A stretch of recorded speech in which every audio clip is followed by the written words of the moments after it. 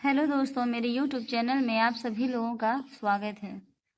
दोस्तों, आज हम जो है कि Bihar NCERT book class 7th science का चैप्टर नंबर 1, चैप्टर का नाम है पादपों में पोषण, जिसका क्वेश्चन आंसर देखेंगे।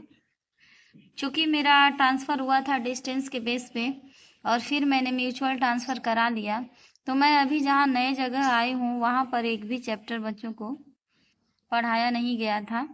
तो मैंने फर्स्ट चैप्टर से स्टार्ट किया था और फर्स्ट चैप्टर का ही मैं क्वेश्चन आंसर आज आपको बताऊंगी। जैसा कि आपको स्क्रीन पर दिख रहा है, ये मेरे न्यू स्कूल में एक गर्ल्स की कॉपी है, आप देख सकते हैं।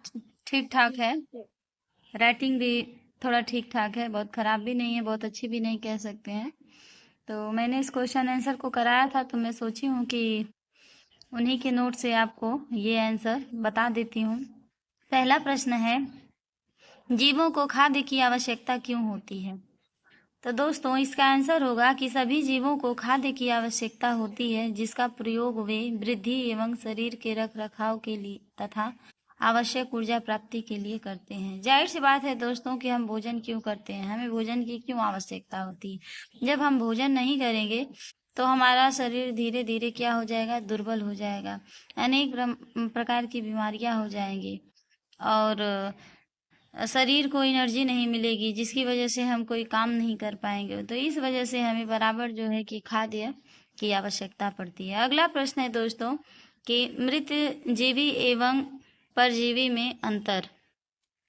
तो मृत जीवी का मतलब आप लोग जानते ही हैं कि जो मृत और सड़े गले कार्बनिक पदार्थों से पोषण प्राप्त करते हैं, और इसमें उदाहरण हो जाएगा मशरूम और कवक। और परजीवी का मतलब होता है ये परपोषी पौधे से पोषण प्राप्त करते हैं, उसी पर या उसके अंदर रहते हैं। जैसे में अमरबेल या जू या फीता कृमि ले लीजिए। तो बहुत लेंदी मैंने इसमें नहीं किया है, थोड़ा सा ही डिफरेंस बता दिया बच्चों को। अगला प्रश्न है प्रश्न नंबर 3, आप पत्ती में मंड मंड को इंग्लिश में स्टार्च बोलते हैं कि उपस्थिति का परीक्षण कैसे करेंगे। चूंकि ये तो पूरा एक्सप्लेन किया हुआ है बुक में, आप वहाँ से भी बच्चों को डायरेक्टली बोल सकते हैं लिखने के लिए, या अपने लैंग्वेज में भी आप इसको लिखा सकते हैं। जैसे मैंने यहाँ पर कुछ बुक और अपनी लैंग्वेज का यूज किया है। फर्स्ट पॉइंट है कि पत्ती में स्टार्च की उपस्थिति का परीक्षण करने के लिए सबसे पहले पत्ती को अल्कोहल में उबालकर उसका हरा रंग क्लोरोफिल हटा दिया जाता है। अगला पॉइंट है कि फिर पत्ती को पानी से धोया जाता है। उसके बाद लिखेंगे कि इसके बाद पत्ती पर आयोडीन के विलयन की कुछ बूंदें डाली जाती हैं। यदि पत्ती का रंग नीला या काला हो जाता है तो यह पत्ती से स्टार्च की उपस्थिति को दर्शाता है। तो इस तरह से प्रश्न नंबर 3 के उत्तर को हमने देखा। अगला प्रश्न है दोस्तों क्वेश्चन नंबर 4 कि हरे पादपों में खाद्य संश्लेषण प्रक्रम का संक्षिप्त किया विवरण दीजिए। संक्षिप्त विवरण देना है कि हरे पादपों में खाद्य संश्लेषण, ये बच्ची थोड़ा सा यहाँ पे सेंटेंस मिस यूज की है। आगे इसका आंसर देखेंगे कि हरे पादप प्रकाश संश्लेषण प्रक्रिया द्वारा अपना भोजन स्वयं बनाते हैं। इस प्रक्रिया में पादप सूर्य के प्रकाश, कार्बन डाइऑक्साइड जो कि हमें वायुमंडल से मिलता है, और जल कहाँ से मिलता है, मिट्टी से, का उपयोग करते हैं। क्लोरोफिल जो पत्तियों में मौजूद एक हरा वर्णक है, सूर्य के प्रकाश को अवशोषित करते हैं। कार्बन डाइऑक्साइड और जल सूर्य के प्रकाश की ऊर्जा का उपयोग करके ग्लूकोज और ऑक्सीजन में परिवर्तित हो जाते हैं। कार्बन डाइऑक्साइड का सूत्र होता है CO2 और ऑक्सीजन का सूत्र होता है O2। तो इस तरह से हमने क्वेश्चन नंबर 4 के आंसर को कंप्लीट किया। अब देखेंगे दोस्तों क्वेश्चन नंबर 5।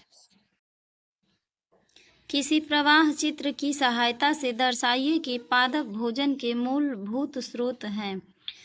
तो एक प्रवाह चित्र बनाना है दोस्तों। देखिए, पादप भोजन के मूलभूत घटक प्रकाश संश्लेषण की प्रक्रिया में शामिल होते हैं, जिसे निम्न प्रवाह चित्र द्वारा दर्शाया जा सकता है। जैसा कि आप देख रहे हैं, सूर्य का प्रकाश कार्बन डाइऑक्साइड वायु से मिलता है और इसमें आप ऐड कर दीजिए जल, जो कि हमें कहाँ से मिलता है, मिट्टी से।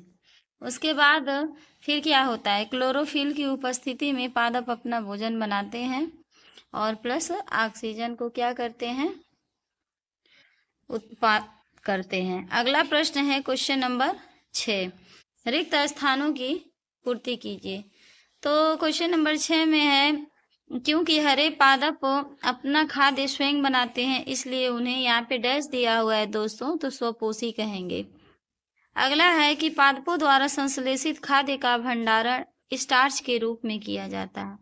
प्रकाश संश्लेषण के प्रक्रम में जिस वर्णक द्वारा सौर ऊर्जा संग्रहित की जाती है उसे क्लोरोफिल कहते हैं।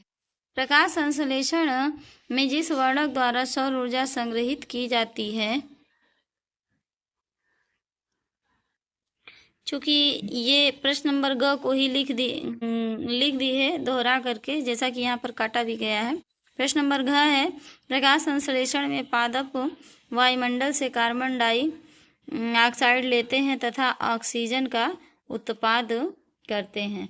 तो दोस्तों इस तरह से हमने जो है कि क्वेश्चन नंबर 6 के आंसर को देखा। आप देख रहे हैं जहाँ जहाँ पर ब्लू कलर पेन का यूज हुआ है तो और डैश है वहाँ पर हमें पुटअप करना था।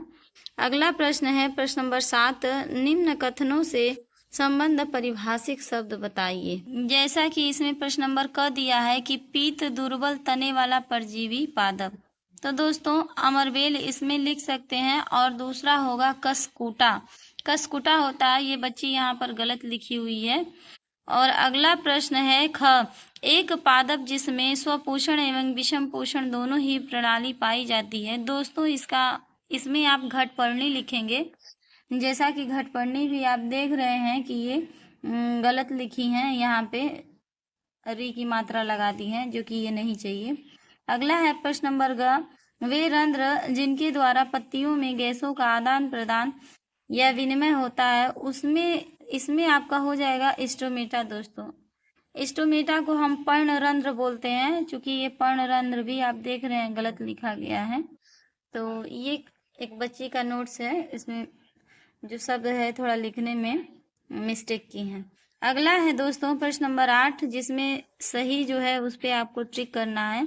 अमरबेल किसका उदाहरण है दोस्तों? अमरबेल जो है जाहिर सी बात है परजीवी का उदाहरण है। अगला है कि कीटों को पकड़कर अपना आहार बनाने वाले पादप का नाम, तो ये हो जाएगा घटपर्णी या पिचरपाद। दोस्तों घटपर्णी या पिचरपाद ऐसा पौधा है जो कि कीटों का भक्षण करता है, कीटों को वह खाता है। प्रश्न नंबर 9 आपको दिया गया है मिलान करने के लिए कॉलम ए से कॉलम बी को। तो क्लोरोफिल को हमने मिलाया है पत्ती, क्योंकि पत्तियां जो होती हैं दोस्तों वह क्लोरोफिल के कारण ही हरी होती हैं। और अगला है नाइट्रोजन, नाइट्रोजन का मैचिंग करेंगे हम जीवाणु से। और अमरवेल दोस्तों अभी मैंने बताया कि परजीवी है। और जंतु होते हैं परपोषित, हम लोग जो होते हैं जीव जंतु वो दूसरे पर आश्रित होते हैं, तो जो दूसरे पर आश्रित होगा वो परपोषित कहलाता है। कीटभक्षी दोस्तों घटपर्णी होगा। घटपर्णी एक ऐसा पौधा है कि जो कीटों का क्या करता है, भक्षण करता है। क्वेश्चन नंबर 10 में हमको सत्य असत्य बताना है, जैसा कि आप देख रहे हैं। क्वेश्चन नंबर 10 में पहला है कि प्रकाश संश्लेषण में कार्बन डाइऑक्साइड मुक्त होती है। दोस्तों यह असत्य होगा, प्रकाश संश्लेषण में कार्बन डाइऑक्साइड मुक्त नहीं होती है, ऑक्सीजन मुक्त होता है। अगला है ऐसे पादप जो अपना भोजन स्वयं संश्लेषित करते हैं मृतजीवी कहलाते हैं, ये भी असत्य होगा। प्रकाश संश्लेषण का उत्पाद प्रोटीन नहीं है दोस्तों, यह सत्य है। प्रकाश संश्लेषण में सौर ऊर्जा का रासायनिक ऊर्जा में रूपांतरण, ये भी दोस्तों सत्य है। प्रश्न नंबर 11 में भी आपको सही विकल्प पर ट्रिक करना है। प्रश्न नंबर 11 पूछ रहा है कि पादप के किस भाग द्वारा प्रकाश संश्लेषण हेतु वायु से कार्बन डाइऑक्साइड ली जाती है, तो ये रंध्र होगा दोस्तों। पत्तियों में आप देखे होंगे कि छोटे छोटे बुनका जैसे दिखते होंगे, जिसे हम रंध्र कहते हैं, तो उसी के माध्यम से जो पौधे होते हैं वो कार्बन डाइऑक्साइड लेते हैं। अगला है प्रश्न नंबर 12, वायुमंडल से मुख्यतः जिस भाग द्वारा पादप कार्बन डाइऑक्साइड प्राप्त करते हैं दोस्तों, तो वह भाग होता है पत्तियां। इस तरह से हमने इस चैप्टर्स में फर्स्ट चैप्टर्स में क्वेश्चन नंबर 12 तक क्वेश्चन थे, जो कि हमने सारे प्रश्नों के हल को देखा। यहाँ आप देख सकते हैं आज के ही डेट में मैंने इसको चेक भी किया हुआ है। तो वीडियो अगर आपको अच्छी लगी तो प्लीज़ लाइक शेयर सब्सक्राइब ज़रूर करिए। मिलते हैं नेक्स्ट चैप्टर के क्वेश्चन आंसर के साथ। धन्यवाद।